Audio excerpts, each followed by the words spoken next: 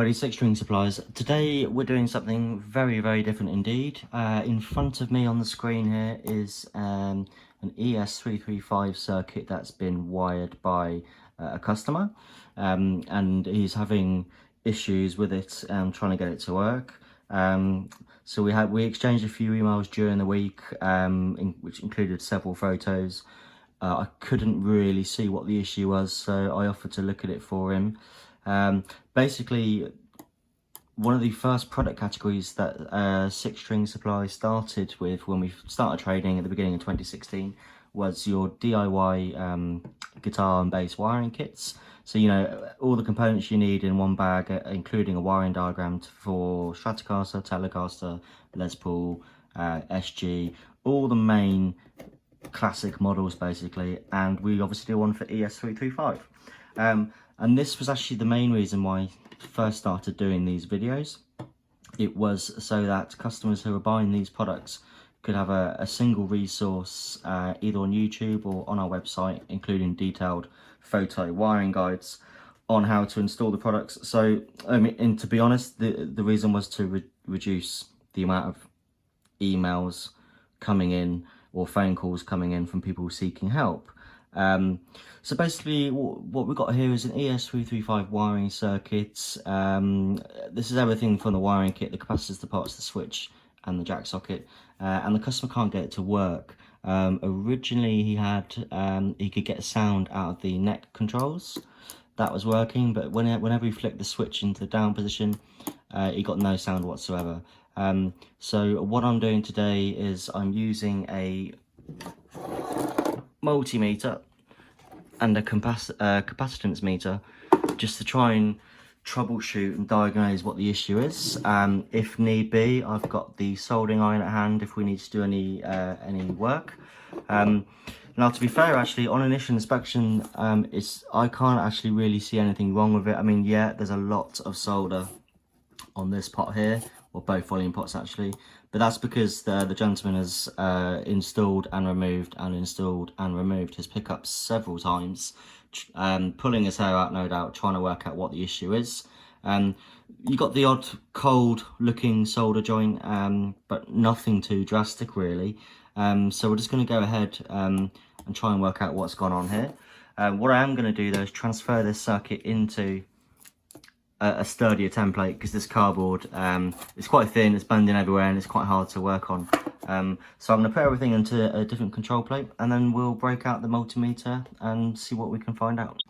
Okay, so I'm going to start off just checking the capacitors. I've got the capacitance meter here set to the 2UF setting at the top, and all I'm going to do is put one end onto the capacitor. So we'll do that just by hooking it to the lug there on the tone control, and we'll put the other end to ground, and we get a reading of 0.021, so the capacitor on the neck controls is fine.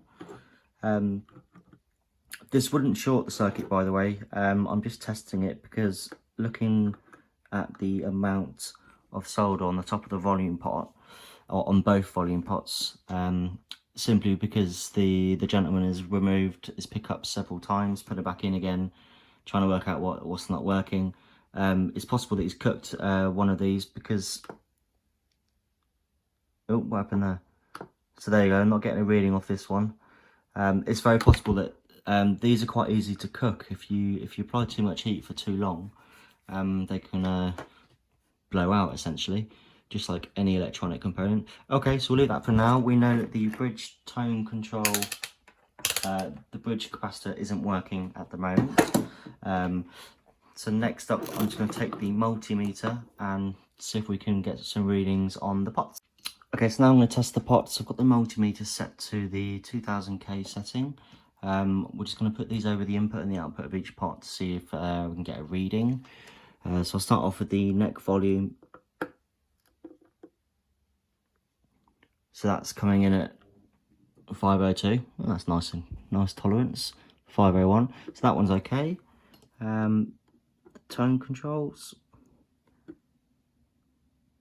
519, so that's working nicely.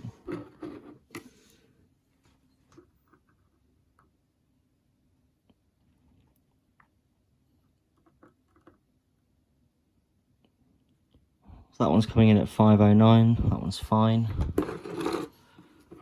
Just flick the switch.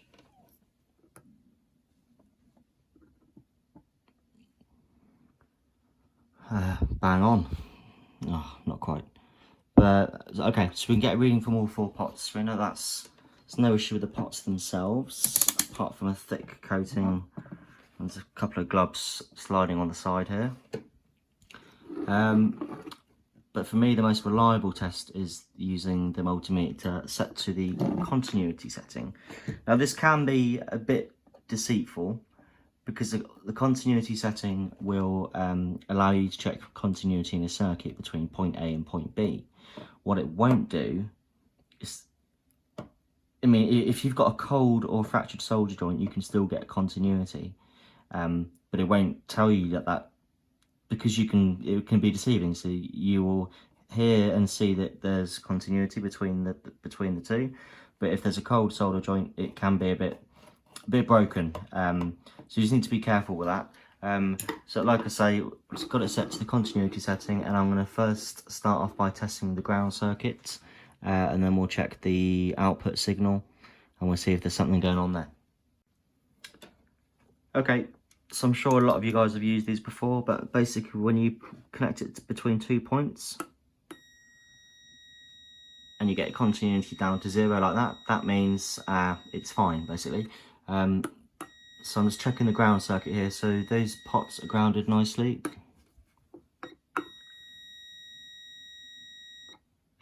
Just check continuity between all the 4 pots. So there's no issues there. This is the ground on the switch, the outer braid. That's nice. Is the ground on the switch. That's nice. And then the ground on the jack. Okay, so there's no issue with the ground circuit. Happy days. Obviously the customer would need to make sure his pickups are grounded correctly. Let's just try and check the actual signal circuit itself. So here's the output of the jack. So I'm just going to put it, of the switch, excuse me, that's the main output there. So I'm just going to put that there and connect it to the jack output. So that's working nicely as well. Just want to check that my suspicion is something's shorting to ground.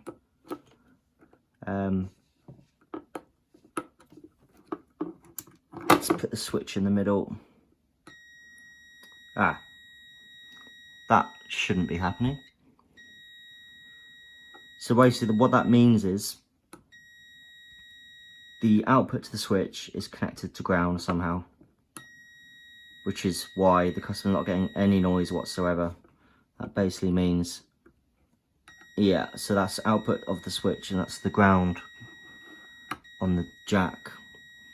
So that shouldn't be happening. Basically what that means is the circuit's shorting because the signal wire is coming into contact with the ground, resulting in no noise.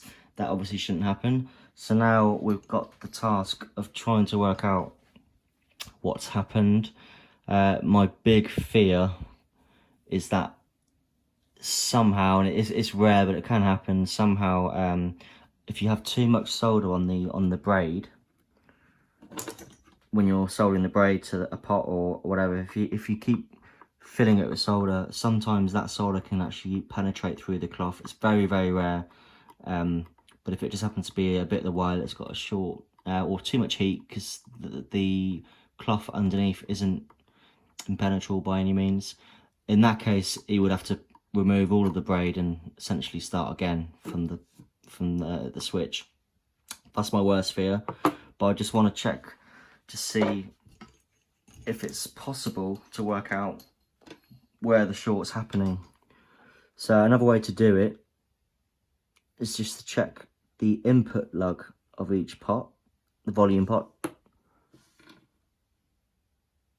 So this is the input lug where you put your pickup. I'm just checking to see if that has come shorted against ground, and it hasn't, which makes sense because the customer said he can get noise out of the neck. Right, so let's check the bridge pickup input on the volume control. Okay, so again, that makes sense. He says he gets no noise out of the bridge pickup. This input lug on the bridge volume control is connected to ground for some reason. Somehow, so there's the culprit. So let's see if we can get a closer look in here. What's going on? Okay.